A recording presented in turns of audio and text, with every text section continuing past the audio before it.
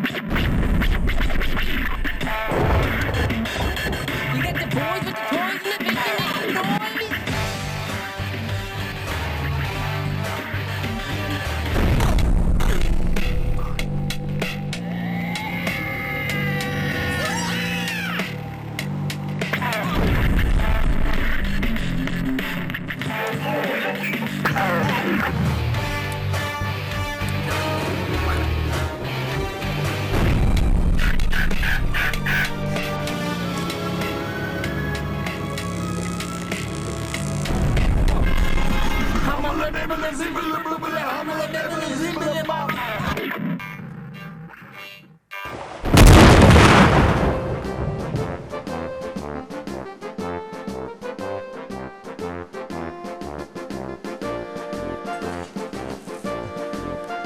Divided by 10 is 5. Boom. 5. Crap, I know that.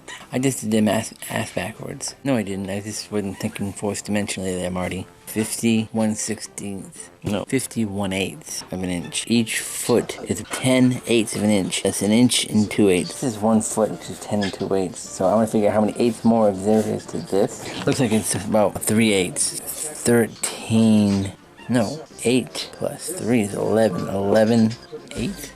11/8 inches. Yes, now that's math. And that's how it's done, ladies and gentlemen. Fascinating. Okay, I got it. It's what I figured. 16 inches. And you know what sucks? Is that's what I eyeballed it. I just did 40 minutes of roundabout math and drawing and graphing.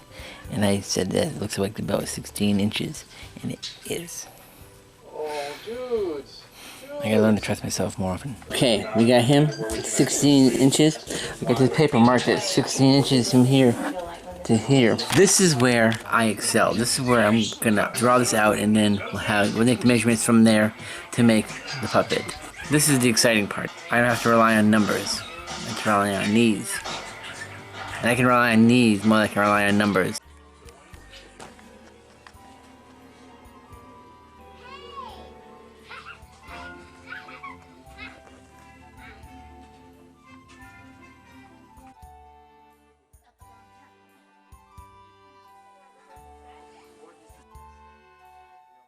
Alright, we got this guy done, and we got the body of the little one. It's 6 o'clock. I think I'm going to tap out from this for now and pick it up tomorrow.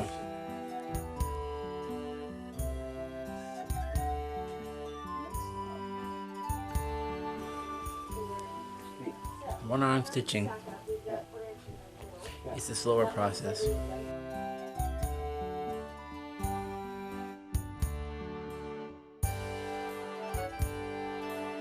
This one's halfway done.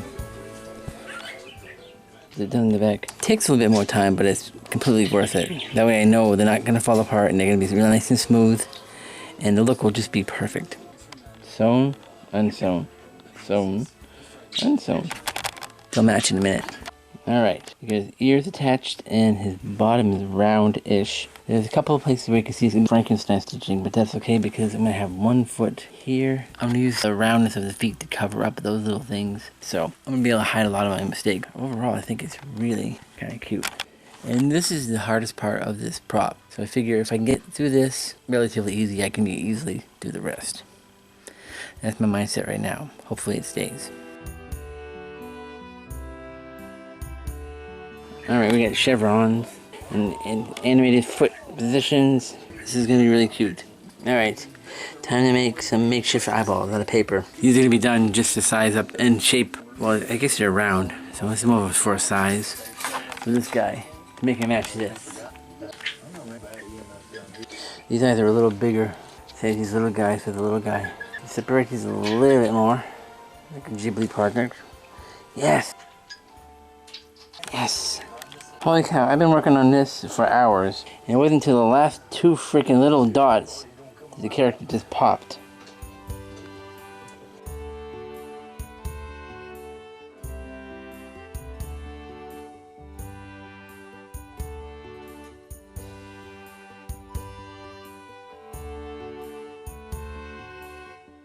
Little guy number 2 is done. I better put feet on him. Ah, here we go. You just have to do it.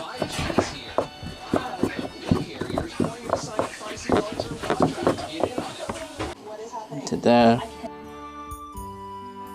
Okay, just to catch you up a bit, I was able to find this picture on the net. I cross-referenced to 3 others, so this is accurate. Well, at least by the 3 others I could find. I took this picture, blew it up, and I cut it into 4s. Not exact 4s, but exact measurements this way. So I'm going to take these pictures individually, print them out, at least 8 inches wide, which will compensate for the part that's cut off. Those would be glued onto a poster board. A template will be made, and then I'll be able to just use the template to create those images. And I'll look back at them in reference to make sure that everything is clean and clear. So the writing will look just like that. Now I know that I could have just printed this out and put it on foam directly, but I could do better than that. And you know, worst case scenario, that will be plan B, because I already have the creatures done, and this is going to happen one way or another. So we're going to make a template of this, a black and white template of these 4 pictures. These papers are 8.5 by 11, so I just about filled it width-wise, so hopefully this will look good. I'm curious to see how this is going to come out. Here we go. I love it when my ideas actually work. It's not only is this correct, this is also the correct size. So now I am simply going to cut this out, piece it together, glue that to a poster board, and then cut out the individual holes. I can do this. Alright, so far we've got this paper template, and we've drawn out the circle. I'm going to cut out the first circle, and I'm not quite sure what the next step is, if I'm going to paint the blue or what just yet. I'll figure it out in a minute. Let me get this cut out first.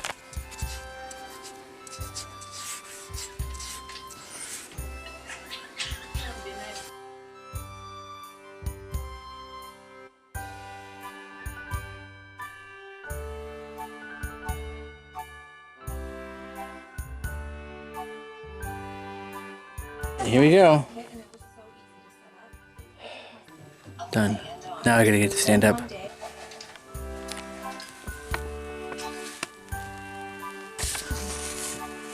Finally. Now we know when to catch the bus. The work on the bus stop sign prop continues. I've got this wood dowel. And I've got these extra pieces. These are the extra pieces of the structure of the plastic shelves that I bought that I'm not using, so I kept them around because you never know when you need a plastic tube, like right now. This is a very lightweight piece of wood. It's just a dowel. It's like a 1.5 inch dowel, and this is extraordinarily light, and it was certainly a lot more light than having a PVC pipe, probably like 1/3 the weight. I pretty much double the weight of this stick by putting the masking tape on there. That's how light this is.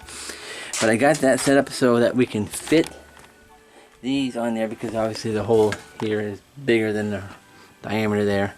And now I'm just gonna screw this together, and the wood is light in the middle and the ends are hollow, so they make it easier to carry it around all day. Wow, those first 3 screws in went super easy, and I wasn't recording it, so I'm going to record these and maybe make it a bit more difficult so it feels a little more normal. Alright, here's to making things difficult.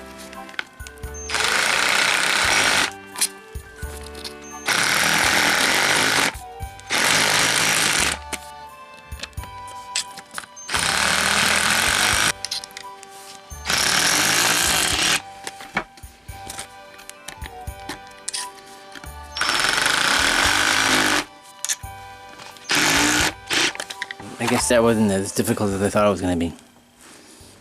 So, time to paint it.